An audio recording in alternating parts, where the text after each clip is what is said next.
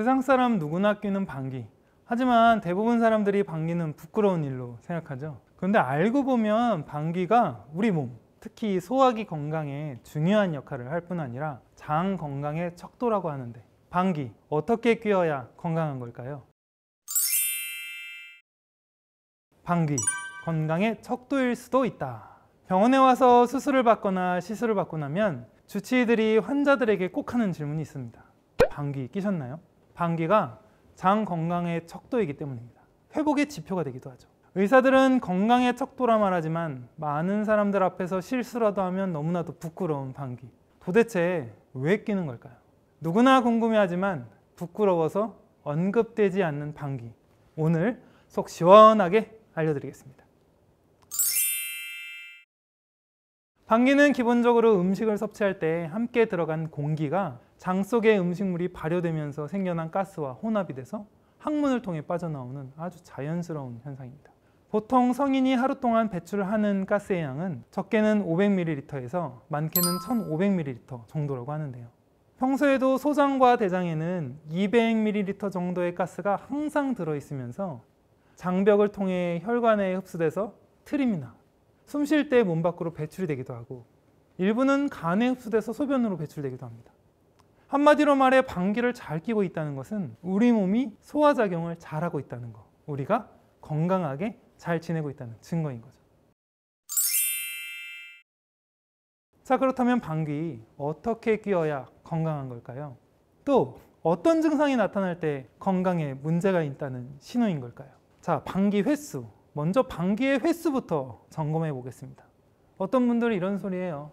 제 남자친구는 방귀를 1시간에 한 번씩 껴요. 이거 계속 만나도 될까요? 장이 잘못된 거 아니에요? 여러분, 사람은 보통 하루에 10번에서 25번 방귀를 낍니다. 정상적으로 누구나 다 방귀를 껴요. 그렇게 질문한 당신도 10번 이상은 끼고 있습니다. 근데 이게 큰 소리와 큰 압력으로 시원하게 나오는 방귀는 보통 식후 1시간 있다가 나오고, 그리고 또 우리가 잘 때 잠자는 시간 동안 하루에 끼는 방귀의 3분의 1 이상을 낍니다. 그럼 우리가 하루에 한 3분의 1 이상의 시간 동안 잔다고 생각해 보면, 대충 계산해 보면 사람은 누구나 한두 시간에 한 번은 방귀를 낀다는 거죠. 지금 여러분 앞에서 얘기를 하고 있는 저도, 이걸 보고 있는 여러분도 한두 시간에 한 번은 방귀를 끼고 있습니다. 여러분, 아이유, 카리나 다 방귀 껴요. 이거 제가 보장할 수 있습니다.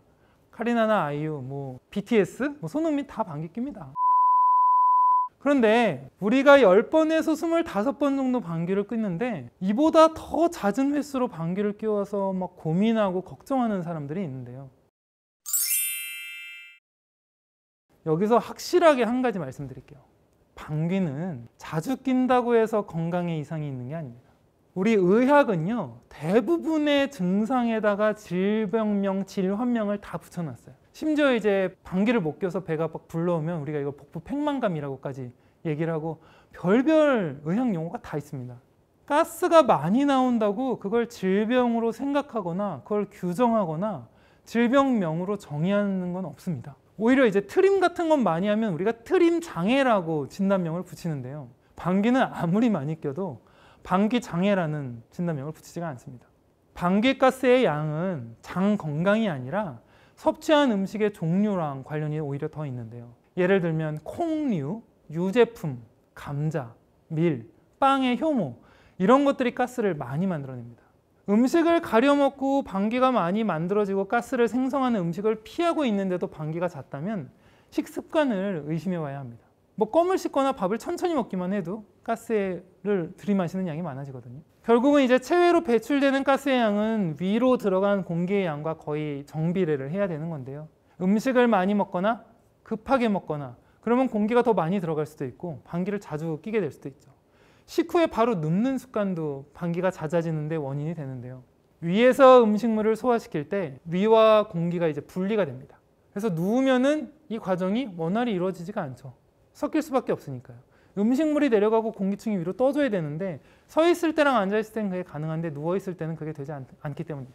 사실 방귀 횟수와 건강과는 대부분 큰 관련이 없긴 한데, 이제 방귀 횟수가 많아지는 이유를 그냥 생각을 해보면 밥을 천천히 먹거나 너무 빨리 먹거나 한숨을 자주 쉴 때도 방귀가 많아지고요.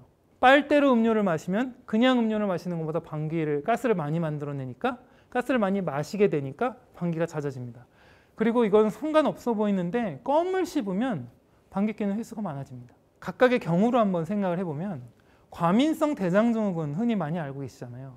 이제 가스형의 경우는 가스가 이제 장에서 흡수가 되고 정상적인 해독을 거치는 과정에 문제가 생기는 경우가 있고요. 이렇게 되면 복부팽만 증상이 심해지면서 트림이나 방귀가 더욱 많이 생기기도 합니다. 그리고 이제 당뇨나 위식도, 역류성 위식도 질환, 그러니까 역류성 식도염 같은 거죠. 그리고 변비 같은 병들도 잦은 방귀를 유발을 할 수가 있습니다. 자, 이제 방귀 소리를 한번 점검을 해보겠습니다. 방귀 소리는 장에서 생긴 가스가 항문을 통해서 빠져나오는 소리인데요. 배출할 때 이제 그 괄약근과 항문 주변 피부가 떨리면서 소리가 나는 거죠. 방귀 소리가 큰 이유는 아주 다양한데 배출되는 가스의 양이 짧은 시간 동안에 많거나 혹은 가스를 밖으로 밀어내는 힘이 아주 강하면 소리가 커지고요. 이와 반대로 배출되는 가스 양이 적거나 항문 괄약근이 느슨한 상태에서는 방귀 소리가 작아집니다. 무조건 방귀 소리가 크거나 작다고 해서 건강이 뭐 좋거나 나쁘다, 건강에 문제가 생겼다 이렇게 생각할 수 있는 건 아닙니다. 자, 이제 방귀 냄새에 대해서 한번 얘기를 해보면 괄약근에 힘을 주어서 우리가 소리는 작게 만들 수가 있습니다. 그리고 엉덩이를 살짝 들거나 이런 여러 가지 재주로 소리는 감출 수도 있죠. 하지만 절대 감출 수 없는 게 바로 방귀 냄새죠. 어떤 방석을 깔고 있으면 방귀 냄새를 없어지는 그런 흡착탄 성분의 그런 뭐 방석이 있다고도 해요. 그리고 우리가 이걸 들고 다닐 건 아니니까. 자, 그렇다면 방귀 냄새와 건강과는 어떤 관련이 있을까요? 방귀는 크게 두 가지 경로로 만들어지는데요. 일단 우리가 첫 번째로는 알게 모르게 마시는 공기가 위나 소장, 대장을 거치면서 방귀로 만들어지기도 하고, 소화가 되지 않은 음식물 찌꺼기가 대장 내의 세균에 의해 분해가 되면서 만들어지기도 하는데요. 또한 이러한 가스를 만들어내는 장내 세균의 숫자가 많을수록 냄새가 많이 날 수도 있습니다. 항문에 바로 인접해 있는 대장은 직장이라고 부르는데요. 직장에 대변이 차 있는 상태에서도 그 상태에서 방구를 배출하게 되면 방귀 냄새가 지독하게 날 수 있습니다. 흔히 우리가 이제 변비인 환자가 끼는 방귀다라고 말하는 건데요. 변비가 심할 경우에는 방귀와 함께 나가지 못하고 이제 약간 뭐라고 해야 되지? 부패가 되고 있다고 해야 되는 그런 대변 냄새가 같이 새나오기 때문에 냄새가 지독할 수 있습니다. 대변이 대장에 오래 머무르면 박테리아의 먹잇감이 되고 수분이 점점 재흡수가 되면서 지독한 가스, 냄새를 유발할 수 있게 되는 거죠. 또한 과식이나 소화불량 등으로 인해서 충분히 소화가 이루어지지 않는 경우에도 방귀 냄새가 많이 날 수 있습니다. 따라서 지독한 방귀 냄새는 4가지 이유 때문입니다. 정리를 해보겠습니다. 첫째, 먹는 음식이 기름질수록 방귀 냄새가 심하다. 둘째, 가스를 배출하는 장내 세균의 수가 많으면 많을수록 방귀 냄새가 심하다. 셋째, 변비 또는 피치 못할 사정으로 시원하게 대변을 보지 못해서 변비가 직장에 차 있을 때 방귀를 뀌게 되면 방귀 냄새가 심하다. 넷째, 소화가 잘 안 된 상태일수록 방귀 냄새가 심하다. 이렇게 정리를 해볼 수가 있겠습니다. 방귀 냄새가 큰 병의 증상은 아니지만 내 몸의 장 건강 상태를 보여주는 척도이긴 하죠. 그래서 이제 방귀와 관련된 건강에 관한 속설들도 상당히 많은데 한번 알아보겠습니다. 방귀가 역류를 해서 입냄새가 심해진다. 답은 X입니다.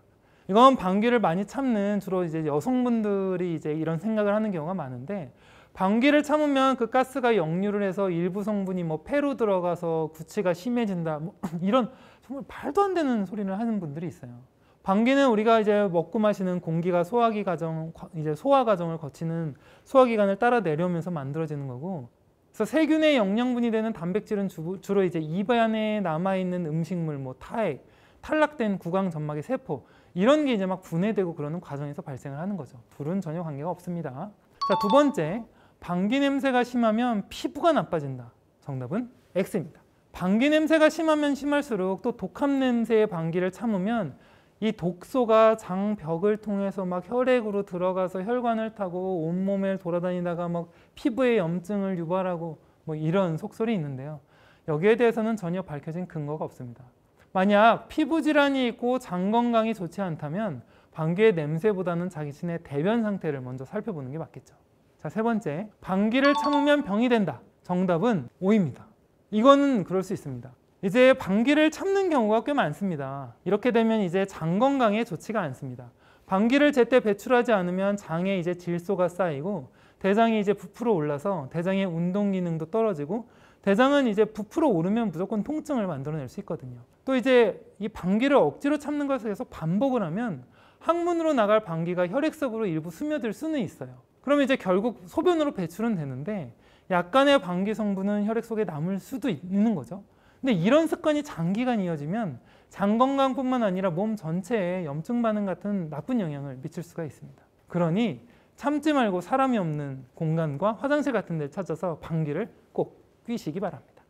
네 번째, 남자가 여자보다 방귀를 많이 낀다. 이것도 오일 수 있습니다. 왜냐하면 남자가 여자보다 일단 밥을 빨리 먹습니다.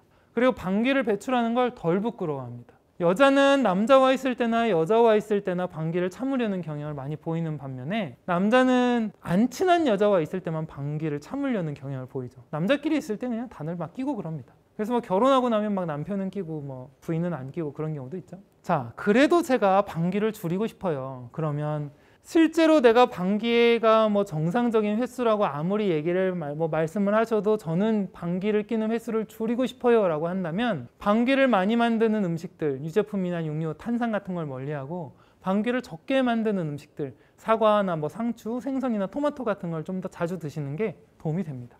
방귀는 누구나 낍니다. 정말 사람같이 안 생긴 여신 같은 아이돌, 여자 아이돌들도 다 낍니다. 안 끼는 사람이 있으면 제가 그땐 진지하게 진심으로 사과를 한번 드리겠습니다. 우리 모두는 방귀를 낍니다. 자, 그럼 방귀를 많이 끼면 건강이 나쁜 걸까요? 아닙니다. 방귀는 아무리 자주 껴도 아무리 세게 껴도 그걸 질병으로 절대 규정짓지 않습니다. 여러분, 방귀는 참지 말고 끼시면 됩니다. 방귀는 부끄러운 게 아닙니다.